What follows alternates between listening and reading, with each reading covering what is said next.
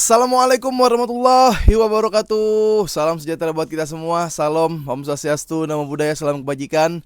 Balik lagi di channel YouTube Habib Safi, pakar bola mengomentari sepak bola dengan kebahagiaan. Sebahagia kita menjalankan ibadah puasa di bulan Ramadan. Sebahagia kita menantikan besok, guys. Besok, udah tinggal besok kualifikasi Piala Dunia Timnas Indonesia. Kita akan bertandang ke Sydney, berhadapan dengan Australia. Ya, gua selalu berdoa, gua selalu berharap hal-hal positif terjadi untuk timnas Indonesia sampai-sampai nanti mudah-mudahan timnas Indonesia ini syukur-syukur bisa lolos ke Piala Dunia. Nanti kita bahas ya seperti apa. Gua akan prediksikan juga bagaimana jalannya pertandingan dan kira-kira seperti apa hasil pertandingan antara Indonesia yang bertandang ke Sydney. Nanti kita akan bahas. Dan sebahagia kita juga di bulan Ramadan ini mendengar kabar Barcelona yang akan bertanding 27 Maret berhadapan dengan Osasuna, yang berarti tanpa Rapinya dan Araujo. Ya, kalau ditanya Kubarsi siapa orang yang paling bisa menjadi leadership untuk Barcelona, jawabannya nomor 1 Araujo, nomor 2 Rapinya. Dua-dua orang itu nggak ada. Dan kita berpotensi bermain menggunakan skuad yang bukan skuad utama. Beberapa rotasi akan dilakukan sepertinya kala menjamu Osasuna nanti, ya, seperti bagaimana saat Barcelona menjamu Osasuna di pertemuan pertama La Liga. Ini sangat menyusahkan dan menyulitkan tentunya untuk Barcelona, karena masih banyak pemain Barcelona yang memperkuat timnas. Dan masih ada juga beberapa pemain Barcelona di saat 27 Maret ini, entah pertandingannya belum kelar di negara atau matchnya ini emang dia belum main aja gitu. Oke teman-teman, ini selain gue bakal bahas timnas Indonesia yang berhadapan dengan Australia, gue juga akan menginfokan, gue akan share ke kalian info-info terbaru seputar Barcelona. Tentunya ini ada berita yang sebenarnya kalau gue bisa bilang sedih ya sedih, tapi kalau dibilang seneng ya seneng, tentang Ansu Fati yang harusnya kemarin udah terjual tuh. Kalau di musim di Januari tuh udah bisa kejual, tapi karena dia nggak mau meninggalkan Barcelona, akhirnya menjadi beban untuk Barcelona. Dan kalau Barcelona sejauh ini sudah sangat berniat untuk melepas Ansu Fati karena ingin mendapatkan pemain yang berposisi sebagai sayap kiri atau flank kiri, yaitu di tempat Rapinya. Mudah-mudahan yang terbaik nanti untuk Barcelona. Nah, ini kita ke Barcelona dulu guys ya. Barcelona, ada berita dari Rapinya. Rapinya ini karena dicoretnya Neymar, karena Neymar cedera. Sementara sejauh ini orang yang paling tepat menggunakan nomor punggung 10 di Brazil adalah si Rapinya ya, Rafinha ini, karena belum ada pemain Brazil di era sekarang yang bisa menorehkan hasil yang lebih dari Rafinha ya, hasil positif entah IGA dan progres dan proses yang sangat luar biasa yang lebih dari Rafinha nggak ada. Jadi menurut gue juga, walaupun kalau misalkan ada Neymar ya, kayaknya Rafinha ini nomor 10 deh. Ya Neymarnya 11 gitu, entah kayak ya Vini 7. Ya Neymar tahun lalu waktu World Cup memang 10 gitu. Cuman ini ada Rapinya nih, sangat diperhitungkan nih guys ya. Di Copa America bahaya nih guys ya. Messi nggak masuk squad. Maksud gua nanti kalau Copa America Brazil kansnya lebih gede kali ini dari Argentina. Harusnya seperti itu guys. Nah, setelah itu ini ada dari, wah nih ya, kalau Ansu Fati keluar, kalau Ansu Fati bisa dijual, ya nilainya mudah-mudahan gak rugi-rugi banget. Barcelona tertarik mendatangkan beberapa pemain, di antaranya yang sudah menjadi fokus, bahkan sudah nyampe beritanya ke secara personal, yaitu Luis Diaz. Nah, kalau Barcelona dapat Luis Diaz nih guys, gue sebenarnya gini, dengan Barcelona yang seperti sekarang nih, sebenarnya agak nggak expect kan untuk mengatakan bahwa si Hansi Flick ini berhasil dalam artian itu kayak stay di atas gitu, klasmen 1-2 1-2 1-2 gitu, bahkan bisa melangkah jauh untuk Liga Champions. Maksud gue itu tuh gue nggak expect. Kan gue bilang Barcelona nih mode orang yang baru pulih dari sakit, baru pulih ya, baru sembuh gitu, belum belum pulih yang sampai bisa sehat lagi bersaing sama orang-orang yang udah bugar. Nggak, maksud gue kalau misalkan mau juara Barcelona Liga Champions tahun depan tuh masih bisa gitu. Tahun depan tuh baru baru bangkit Barcelona nih. Tapi sekarang udah sejauh ini, ya udahlah kita dukung gitu Barcelona. Nah, ada Luis Diaz dan ada Nico Williams. Nah, tapi kalau itu nggak dapet, Barcelona tertarik mendatangkan pemain Paris Saint-Germain yang berasal dari Prancis, yaitu Doué. Ya, ini Doué nih.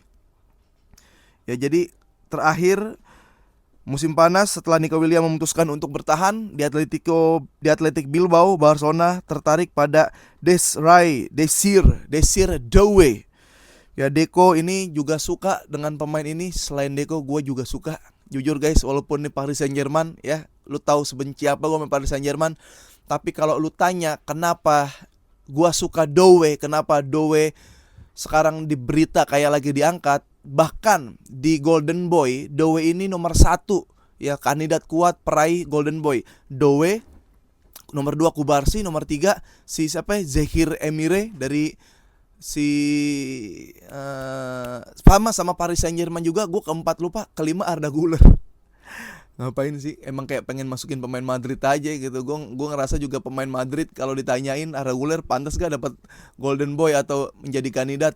Main aja jarang kok bisa jadi kandidat gitu. Tadinya ada Endrick udah turun. Main dulu aja, jangan langsung berebut pemain terbaik. Balapannya main gitu, jangan balapan jadi pemain terbaik gitu harusnya. Nah, sebagus apa Doué? Wah, gue pertama kali nonton Doué, gue berarti udah awal-awal Doué main tuh gue udah nonton. Berarti gue nonton saat itu di Olimpiade pas di Paris. Ya, dari sebelum final Doué itu gini. Kemarin lawan Liverpool, lu lihat shoot. Setiap Doué melakukan akselerasi, lewatin 1-2 pemain, setelah itu melakukan shoot, minimal on target. Dan bukan shoot yang asal-asalan, bukan kayak siapa ya, kayak Theo waktu lawan Como, enggak. Shoot yang membahayakan, shoot yang mengancam, yang bikin ada probabilitas golnya tuh tercipta gitu. Itu Doué lu, lawan Liverpool, dia acak-acak Liverpool. Dan Doué ini bisa multifungsi juga, dia bisa bermain sebagai flank kiri. Ya, dia bisa main sebagai flank kanan. Kalau mau di depan striker dipaksain dia juga bisa. Dia juga favorit dari Thierry Henry. Ya, kalian lihat, kalau lu nggak nonton PSG ya, lu nonton Doué pas Olimpiade, gimana tuh orang larinya kencang, sprintnya bagus, akselerasinya bagus, keping bolanya juga kelas.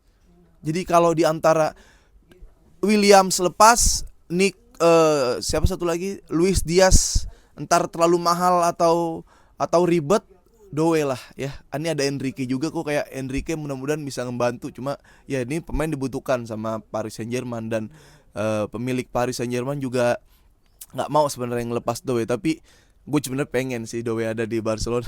Udah bahaya ini ya, UCL kena kalau Doué bisa ke Barcelona. Nah, tapi syaratnya itu Ansu Fati harus dijual dulu ya. Kalau bisa di marketplace, kalau bisa kita patungan guys biar keluar Ansu Fati dari Barcelona ya. Sedih juga sebenarnya, kayak dia Akamsi, dia salah satu pemain yang ditunggu-tunggu gitu. Di La Masia juga bagus. Teman-temannya kayak Eric Garcia gitu kayak masih pada stay di Barcelona. Dia Kubo juga udah bagus gitu. Cuma ya udahlah, Ansu Fati dipahami aja kalau lu masih bisa jadi pemain bola, tapi bukan pemain bola Barcelona Ansu Fati. Dah, seperti itu. Nah, agen Szczęsny ini senang di Barcelona. Ya, Barcelona juga senang dengan Szczęsny. Kami akan mencapai kesepakatan dengan sangat mudah. Mungkin belum saatnya membicarakan perpanjangan kontrak, tetapi tidak ada masalah dalam mencapai kesepakatan. Jadi gue juga happy. Szczęsny kiper kan anggur menurut gue ya. Semakin tua, wine lah ya, semakin tua semakin refleksnya makin jadi, ketenangan positioningnya semakin bagus. Jadi gue aman-aman aja. Sekarang kita ke Lamine Yamal yang tetap melakukan dan menjalankan ibadah puasa di bulan Ramadan ketika dia menjadi atlet. Ya, apresiasi ya. Yamal merasa happy juga puasa gitu, dia bisa bangun duluan jam 6 dan dia gak perlu sarapan bareng tim sekitar jam 7 pagi karena dia habis sholat subuh langsung tidur. yang dilakukan adalah langsung bertemu dengan tim di lapangan untuk melakukan latihan. Ya, di Barcelona dia seperti itu, di Spanyol juga seperti itu, udah mendapat izin. Jadi semoga berkah puasanya buat Lamine Yamal ini, bocil-bocil sangar, bocil-bocil calon legend ya. Lalu juga ini Barcelona banyak nih, kayak si siapa, Ferran Torres itu ditanya kayak, kok lu bisa golin 2 gitu, kok lu bisa menang lawan Atletico Madrid gitu. Ditanya, ya inilah mentality, inilah Barcelona mentality, kelas Ferran Torres ya. Kita sudah pernah yang namanya terpuruk, kita sudah bisa yang namanya imbang gitu. Bahkan kita juga bisa sekarang yang namanya keluar dari tekanan dan memenangkan pertandingan. Inilah Barcelona mentality. Ya, jadi gue ngerasa juga ini tim-tim udah kandidat kuatnya adalah siapa? Madrid dan Barca. Udah itu, Madrid dan Barca. Atletico enggak buat gue. Ya karena Real Madrid itu pasti punya juga kayak tiba-tiba ada pemain yang bagus di depan lagi bapuk gitu, Mbappe lagi kurang misalkan, ntar Courtois-nya bagus gitu, atau lagi kebobolan, Mbappe-nya bisa golin lebih banyak. Tapi Barcelona juga seperti itu sekarang, kita harus sadar juga ya. Pedri yang selalu konsisten, ya De Jong yang nggak seburuk musim lalu. Kita punya lini belakang yang solid, keharmonisan tim yang sedang ya lagi harmonisnya lah, lagi cinta-cintanya nih mereka semua. Apapun kebahagiaan yang ada di luar lapangan sudah terbawa di lapangan. Jadi ketika dia menciptakan gol, para pemain menciptakan gol, para pemain melesatkan peluang, setelah menang tuh kebahagiaannya tuh jadi nyampur lagi. Jadi semua happy. Ini harmonisasi locker room lagi bagus banget ya. Harmonisasi ruang ganti lagi bagus banget. Jadi 10 match ini ya udah masalah siapa yang jangan kalah ya. Kalau kalah itu udah bahaya. Udah nggak ada waktunya lagi buat kalah. Ada menang terus. Siapa udah masalah mentality. Jadi belasan match ini adalah tantangan dan ujian mereka. Barcelona, Madrid, Atletico udah mulai gue coret. Madrid, Barcelona ini sudah melewati hal tersebut. Tinggal sekarang masalah konsistensi dan mentality.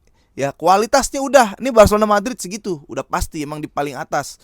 Dan ya udah sekarang mental, siapa yang mau juara, siapa yang nggak mau nanti di momen-momen akhirnya merosot. Ya ini kita lihat penentuannya di 10 match terakhir itu ya. Bahkan kayak Ferran Torres ditanya, ini Barcelona mentality. Pedri juga ditanya, Pedri beredar kabar bahwa nanti Liga Champions finalnya adalah El Clasico. Pedri menjawab dengan lantang, ya kalau emang itu yang terjadi, gue tanda tangan sekarang gitu. Gue nggak ngelihat siapapun lawan Barcelona di final Liga Champions. Yang gue tahu, yang gue pengen hanyalah kita harus menang di setiap pertandingan. Dah mentality udah mentality. Gue lagi happy banget. Gue jujur nggak expect kayak Barcelona lama di puncak klasmen. Barcelona, gue expectnya adalah perubahan permainannya dulu. Ya dari yang hancur banget era Xavi, era Koeman, direct ball nggak jelas, main back 3 tapi transisi jelek. Yang gue expect adalah berubah permainan Barcelona dulu ya ke arah yang benar. Tapi Hansi Flick memberikan, selain udah berubah ke arah yang benar, kemenangan juga ada dan harapan udah kelihatan gitu. Udah jadi tanggung lah, udah kita Liga Champions harga mati, La Liga harga mati, udah ya. Kalau bisa Copa del Rey, treble lah ya, Barcelona. Itu. Dan gue juga menantikan gimana duet Cubarsí dan Raúl Asensio di klub di negara di National Cup, karena dia akan berhadapan dengan Belanda. Dan yang beda gaya, Madrid yang bermain deep, Madrid yang bermain low block, kadang ultra defense, yang memiliki gelandang hanya 2 meter jaraknya kalau jauh-jauh ya. Sebagai DM kayak Tchouaméni, Modric, Ceballos ini 2 meter dari back, yang sedikit lebih memudahkan Asensio atau Rudiger melakukan intercept, melakukan clearance, ya menjadi breaker. Tapi di Spanyol atraktif football. Spanyol bisa bertahan memang, tapi dia lebih mendominasi permainan, dia lebih terbuka, dia lebih atraktif untuk melakukan serangan gitu. Nah, gimana nih cara mengcombine ya Selafonte mengcombine Cubarsí dan si Asensio gitu. Sementara kalau Cubarsí main high defensive line udah biasa, offside trap udah bisa, main garis tinggi, pertahanan garis tinggi udah biasa gitu. Tapi kita lihat Asensio nih challenge mereka berdua seperti apa. Oke. Ya, Barcelona seperti itu dulu yang tadi gue katakan bahwa tanggal 27 nggak semua pemain Barcelona bisa untuk melakukan pertandingan di match tersebut berhadapan dengan si Osasuna. Kali ini gue akan nih guys ya, sebentar, ini penting, ini gue harus share ke kalian, ini kalian juga harus tahu, dan kita akan membahas tim nasional Indonesia yang akan berhadapan dengan Australia. Dari beberapa media, dari beberapa situs yang memprediksi Indonesia akan kalah, tapi ada juga berapa persen Indonesia akan menang. Karena gue juga sepakat, nggak seri, nggak mau gue seri, ya kalah, menang ya poinnya. Jadi ya gue nggak tahu, mudah-mudahan kalau kalah ini pelatih atau orang-orang yang mendukung tahan hujatan gitu, pemain juga tahan hujatan gitu. Tapi ya selayaknya aja mudah-mudahan. Tapi kalau menang, wah gue happy banget. Oke, kita langsung bahas timnas Indonesia. Ini akan berhadapan dengan Australia di Allianz Stadium Kamis 20 Maret 2025. Kalau waktu Indonesia bagian baratnya ini adalah jam 4 sore, jam 4:10 waktu Indonesia bagian barat. Ya, ini partai yang terjadi menurut gua ini sangat spesial ya di kualifikasi Piala Dunia 2026, karena Indonesia sebenarnya juga sebagai kejutan ya udah melangkah jauh di kualifikasi kali ini. Dan skuad Indonesia juga sebenarnya kalau dibilang lebih mentereng ya tetap menterengan si Australia gitu. Cuma secara kayak kemewahan skuad, jam terbang atau play minute, kita nggak kalah sama Australia ya. Ada kayak Tom Hai gitu, tampil luar biasa di peringkat ketiga klasmen Indonesia ini ya. Kita cuma ada berapa poin ya?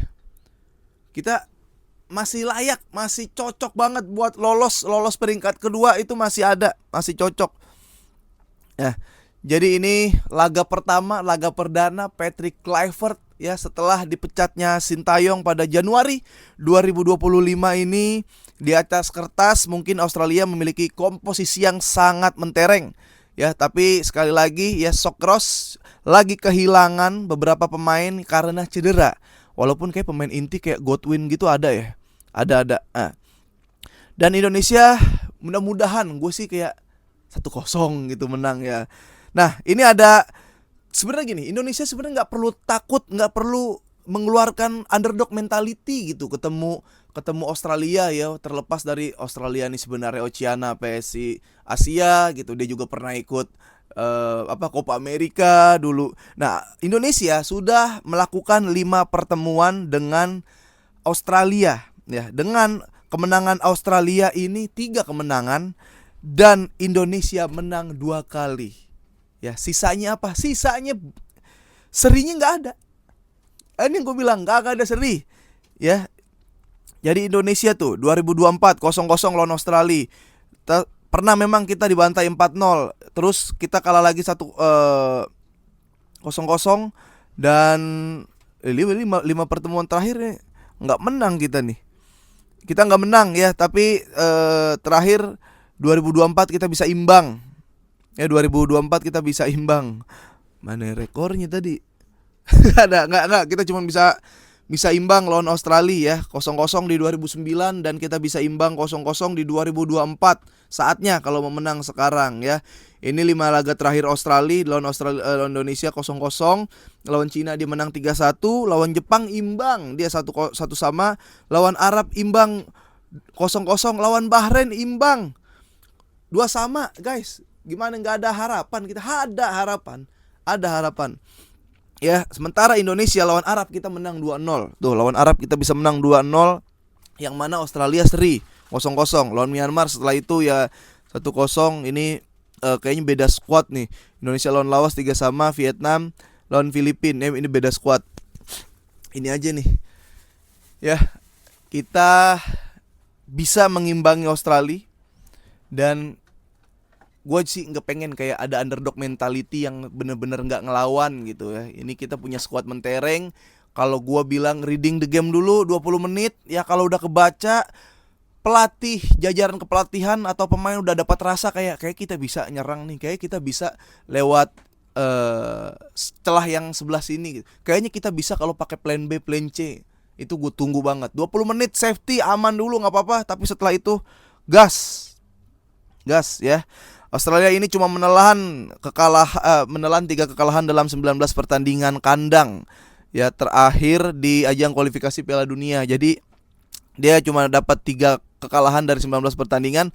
Australia hanya mampu meraih 1 kemenangan dalam 6 pertandingan sepanjang ronde ketiga babak kualifikasi, round 3 babak kualifikasi. Ya, sementara kemenangan tunggal Australia dipetik kala itu menjamu Cina di 2024 lalu. Dia menang lawan Cina doang guys, selebihnya imbang. 3 dari 6 pertandingan timnas Indonesia di ronde ketiga babak kualifikasi berakhir dengan skor imbang. Tapi gue yakin, gak tahu kenapa kayak gak ada imbang gitu. Timnas Indonesia menciptakan 6 gol dan 6 gol dan kebobolan 9 sepanjang gelaran round 3 babak kualifikasi Piala Dunia. Timnas Indonesia gagal meraih kemenangan dalam 3 pertandingan terakhirnya, 1 imbang dan 2 kalah. 2 kemenangan timnas terakhir Indonesia dilengkapi dengan clean sheet. Jadi sebelum imbang dan kalah, Indonesia pas menang itu clean sheet. Ya, ini kedua pelatih, ada Tony Popovic dan Kluivert. Ini baru pertama kali pertemuan. Ya, mereka pertemuan pertama. Kluivert belum pernah bertemu dengan Australia, tapi pelatih Australia pernah bertemu dengan Indonesia. Nah, ini harus juga gua kasih tahu bahwa kadang yang hal-hal teknis udah penting, non teknis juga penting gitu. Nah, nih ada wasit. Wasit biasanya kan suka aneh-aneh nih kalau kualifikasi Piala Dunia atau match-match seperti gini. Ya, Australia Indonesia kali ini dipimpin oleh wasit asal Yordania, Adam Mahdme. Ya, ini udah pernah memimpin 23 pertandingan sepanjang 2024-2025. Akademi mengeluarkan 84 kartu kuning dan 1 kartu merah. Ya, Akademi memberikan 7 penalti di musim ini. Berarti hati-hati juga, takut ada penalti yang tadi duga nanti. Australia diwasit oleh Akademi ini 1 imbang 1 kalah. Harusnya normal nih, dia nggak ada kepentingan harusnya. Rekor timnas dikawal oleh wasit Mahadami juga 1 imbang 1 kalah. Jadi kayaknya nggak ada kepentingan ya. Ini kayak player ada top score Yengi 6 gol, ada Goodwin yang set piece mulu 3 assist. Pemain-pemain yang ratingnya bagus ada Rowles. Sementara di Barcelona di Indonesia ada Marcelino, Tom Haye, Orat Mangun. Tapi Orat Mangun kayaknya nggak bisa main ya. Cedera gitu, ada 2 gol. Nathan juga 3 assist. Nathan belum tahu nih bisa main apa enggak. Dan ada Marcelo Ferdinand dengan red 7-16. Itu dia. Dan ini adalah prediksi line up guys. Ayo prediksi line up. Kalau gua bilang ini line up Indonesia Belanda-Belandaan atau total football, ada sentuhannya pasti. Gue pengennya Indonesia main 3-5-2. Jadi ketika defense langsung transisi. Pikirin kalau ini Piala Dunia, transisi jangan tanggung-tanggung. Jadi kayak 5-3-2 di depan atau 5-4-1 gitu. Kalau ketika defense tinggal geser-geser aja. Nah, kiper, ini gua udah maunya segini nih, 3-5-2 ya. Kiper ini ada Martin Paes ya di 3 depan. Tengahnya ini Bang Jai Ijes, kanan Mes Hilhers, kirinya Rizky Ridho. Ya, Rizky Ridho. Nah, ini 5 di tengah. Ya. Di tengah ini ada Tom Haye, kanan harusnya bisa nih Kambuaya Marcelino gitu.